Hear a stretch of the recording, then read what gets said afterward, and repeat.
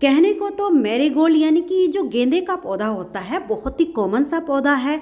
कोई भी नया गार्डनर जब अपनी गार्डनिंग की शुरुआत करता है तो गेंदे के पौधे से ही करता है। लेकिन ये पौधा ऐसा है कि इससे अच्छे फूल ले पाना थोड़ा सा मुश्किल हो जाता है, क्योंकि देखिए ये एक ऐसा पौधा है जब तक ठीक है, अच्छे से चल रहा है, चलता रहेगा, लेकिन अचानक से कब किस टाइम इस पौधे में फंगस लग गई है आपको पता भी नहीं लगेगा। आपका पौधा लेगी लेगी सा हो जाएगा, धीरे धीरे पौधा आपका खराब हो जाता है, आपको पता भी नहीं लगता है।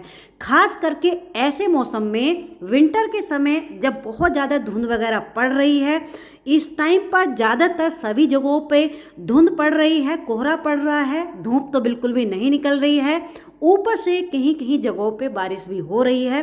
तो ऐसे में गेंदे के पौधे अगर आपने लगा रखे हैं तो इनको कैसे बचाना है, तो चलिए वीडियो को शुरू करते हैं। तो देखिए इस समय सबसे पहला काम जो आपको अपने पौधों को ऊपर ध्यान रखना है वो है पानी का। इस समय धूप ना निकलने की वजह से पौधों की जो मिट्टी है वो प्रॉपर तरीके से सूख नहीं पा रही है, तो पानी आपको बहुत ही ध्यान से और चेक करके देना है। जैसे कि आप लोग मेरे गमले की मिट्टी देख रहे हैं, कितनी सूखी हुई मिट्टी है, ऊपर से कम 2 से 3 इंच की मिट्टी की जो लेयर है वो ऊपर से सूखी हुई है। देखिए जब मिट्टी को हम ऐसे उठा रहे हैं तो ये मिट्टी बिल्कुल भुरभुरी खुल रही है, तो इसी से आप लोग अंदाज़ा लगा सकते हैं। और इतनी सूखी मिट्टी होने के बावजूद भी पौधे की जो पत्तियां हैं ना ही वो झुक रही हैं, ना ही फूल झुके हुए हैं, ना ही मुरझा रहे हैं। तो आप लोग देख लीजिए इस कंडीशन में अब इसको हमें पानी देना है। इधर वाले जो ये पौधे आप लोग देख रहे हैं इनकी ऊपर से मिट्टी गीली है, तो अभी इनको पानी नहीं देना है। जब तक ऊपर से 2-3 इंच की मिट्टी की लेयर सूख ना जाए तब तक आपको दूसरा पानी नहीं देना है। इस बात का विशेष ध्यान रखना है। इसके बाद दूसरा काम जो हमें करना है, जैसे कि सामने इस तरफ से ये पौधे रखे हुए हैं, आपके पौधे चाहे किसी भी साइड किसी भी तरफ रखे हुए हैं, तो आपको क्या करना है, हर 10 दिन के बाद पौधों को यानी कि गमलों को इस तरीके से घुमा देना है। यानी कि पीछे वाला हिस्सा आगे कर देना है, आगे वाला हिस्सा पीछे कर देना है। इस तरीके से अगर आप गमलों को घुमाते रहोगे, धूप चाहे निकल रही है या नहीं निकल रही है, तो इनकी जड़ों को नीचे से हवा लगती रहेगी या फिर धूप निकल रही है तो धूप लगती रहेगी, तो पौधों में फंगस लगने के चांस नहीं रहते हैं। यानी कि पौधों को चारों तरफ से प्रॉपर सनलाइट या फिर हवा मिलेगी। अब बात करते हैं तीसरे पॉइंट की। तो देखिए मैरीगोल्ड के पौधे को सर्दियों में कम से कम 3 से 4 घंटे की धूप मिलनी चाहिए, तभी इस पौधे को पर अच्छे से कलियां बनेंगी, अच्छे से ये ग्रोथ करेगा और अच्छे से फूल खिला पाएगा। लेकिन इस टाइम पर जैसे कि धूप नहीं निकल रही है, ठंड बहुत ज़्यादा पड़ रही है, तो ऐसे में हम पौधे को कैसे बचाएं, क्या करें। तो देखिए ये जो आप लोग सामने दाने देख रहे हैं ये है पोटैश। पहले इसके बारे में थोड़ी सी जानकारी मैं आपको बता देती हूँ। पोटैश का प्रयोग हमारे पौधों में, हमारे पौधों से अच्छे फूल लेने के लिए किया जाता है। यानी कि पौधों की जड़ों को जब पोटेशियम अच्छी मात्रा में मिलेगा तभी उसमें अच्छे से फ्लावरिंग होगी। साथ ही में इसका नेचर गर्म होता है, तो इस टाइम पर जैसे ठंड ज़्यादा पड़ रही है तो इसको हम पौधों की जड़ों में डालेंगे तो ये पौधों की जड़ों में गर्माइश पैदा करेगी। यानी कि इस कोहरे से, इस कड़कती हुई ठंड से, धुंध से ये हमारे पौधों को बचाने में पूरी हेल्प करेगी। तो इसको लेना कितना है, देखिए 1 चम्मच जो छोटी चम्मच होती है चाय वाली, 1 लीटर पानी में इसको घोल लेना है, डिजॉल्व कर लेना है। ये दानेदार फॉर्म में है, पाउडर फॉर्म में भी आती है। कुछ लोग मेरे से पूछ रहे थे कि ये कहाँ से मिलेगी, तो ये आपको एग्रीकल्चर की शॉप से, जहाँ से खेतीबाड़ी का सामान मिलता है, वहाँ आसानी से मिल जाएगी, या फिर ऑनलाइन भी आप इसको मंगा सकते हैं। दूसरी चीज़ ये है, देखिए फंगीसाइड पाउडर। कोई भी फंगीसाइड पाउडर अगर आपके पास नहीं है तो इसकी जगह जितना हमने फंगीसाइड पाउडर लिया है इतनी आप लोग हल्दी को ले सकते हैं। 1 लीटर पानी में ये दोनों चीज़ों को इस तरीके से मिला करके, मैं एक गमले के हिसाब से बता रही हूँ, मेरे जो पौधे हैं वो 10-10 इंच के पॉट में लगे हुए हैं, तो जितना भी, जैसे ये मिट्टी ऊपर से सूखी हुई है, जितना भी इसमें पानी आ जाएगा, एब्जॉर्ब हो जाएगा, उतना ही इसको हम डाल देंगे।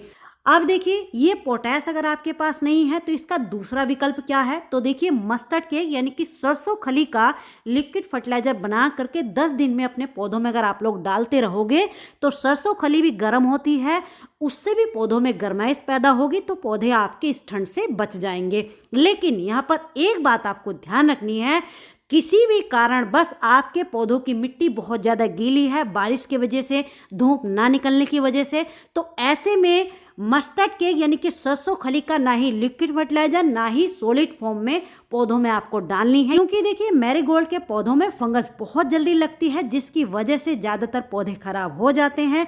फंगस क्यों लगती है? लगातार पौधों में पानी भरा रहने से, ऊपर से धूप भी ना मिल रही हो, तो इसलिए ऐसे में इस बात का आप लोग ध्यान रखेंगे। अब बात करते हैं जिनके यहाँ पर किसी भी कारणवश उनके पौधे की जो मिट्टी है बहुत ज़्यादा गीली है, सोगी है, तो पौधे को अगर आपको बचाना है तो ऐसे में ऊपर से मिट्टी की हल्की हल्की सी गुड़ाई करके आधा चम्मच फंगिसाइड पाउडर को इस तरीके से 10 दिन में एक बार डाल देना है।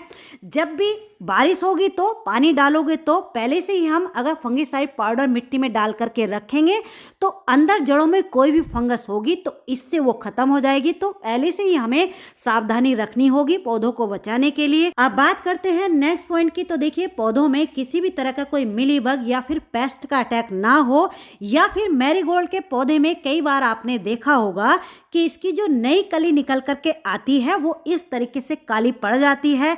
अब जब एक बार ये कली काली पड़ गई है तो ये प्रॉपर तरीके से खिल नहीं पाएगी। तो इसके बचाव के लिए पौधों की जो नई कलियां निकल कर आए वो काली ना पड़े, इसके बचाव के लिए पहला काम तो अगर पौधे के ऊपर एक दो कली काली पड़ रही है उसको आप लोग हटा दीजिए। दूसरी बात, अगर आपको अपने पौधों के लिए हमेशा स्वस्थ रखना है और लंबे समय तक चलाना है तो देखिए ये है नीम ऑयल। नीम ऑयल 2 तरीके का होता है, मैंने पिछली वीडियो में भी आप लोग को बताया है। ये जो आप लोग सामने देख रहे हैं ये पौधों के लिए है, एक ह्यूमन बॉडी के लिए भी आता है।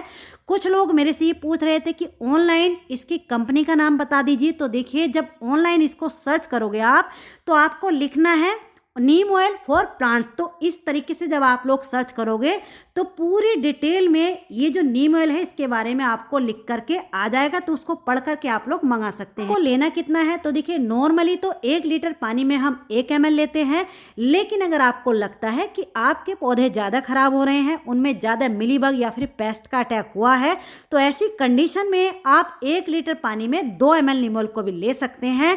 ये जो नीम ऑयल है लगभग 3-3.5 सालों से मैं अपने गार्डन में इस्तेमाल कर रही हूँ।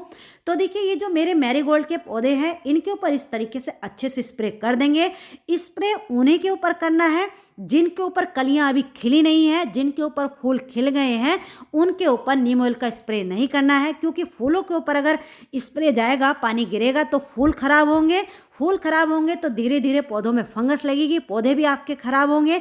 तो इसलिए इस बात का आपको ध्यान रखना है। ये जो नीम ऑयल है जो कि पौधों के लिए आता है, ये एक बार ही आप लोग अपने पौधों के ऊपर करोगे तो दोबारा आपको कुछ भी करने की ज़रूरत नहीं पड़ेगी। ये इतना अच्छा है। ये जो मेरे पौधे हैं ये सेकंड लॉट वाले हैं, यानी कि मैं इनको बीजों से ग्रो करती रहती हूँ।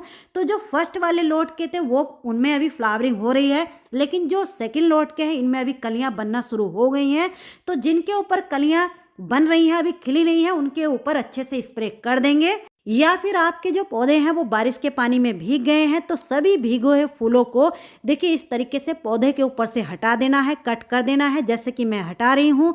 भीगे हुए फूल अगर पौधे के ऊपर लगे रहेंगे तो पौधे आपके खराब होंगे, क्योंकि इन फूलों को अब रखने का कोई फायदा नहीं है। इन फूलों को जब हम हटा देंगे तभी इनमें दोबारा से नई नई कलियां निकल करके आएंगी। फूलों के हटाने के तुरंत बाद पौधों के ऊपर अच्छे से नीम ऑयल का स्प्रे कर देना है।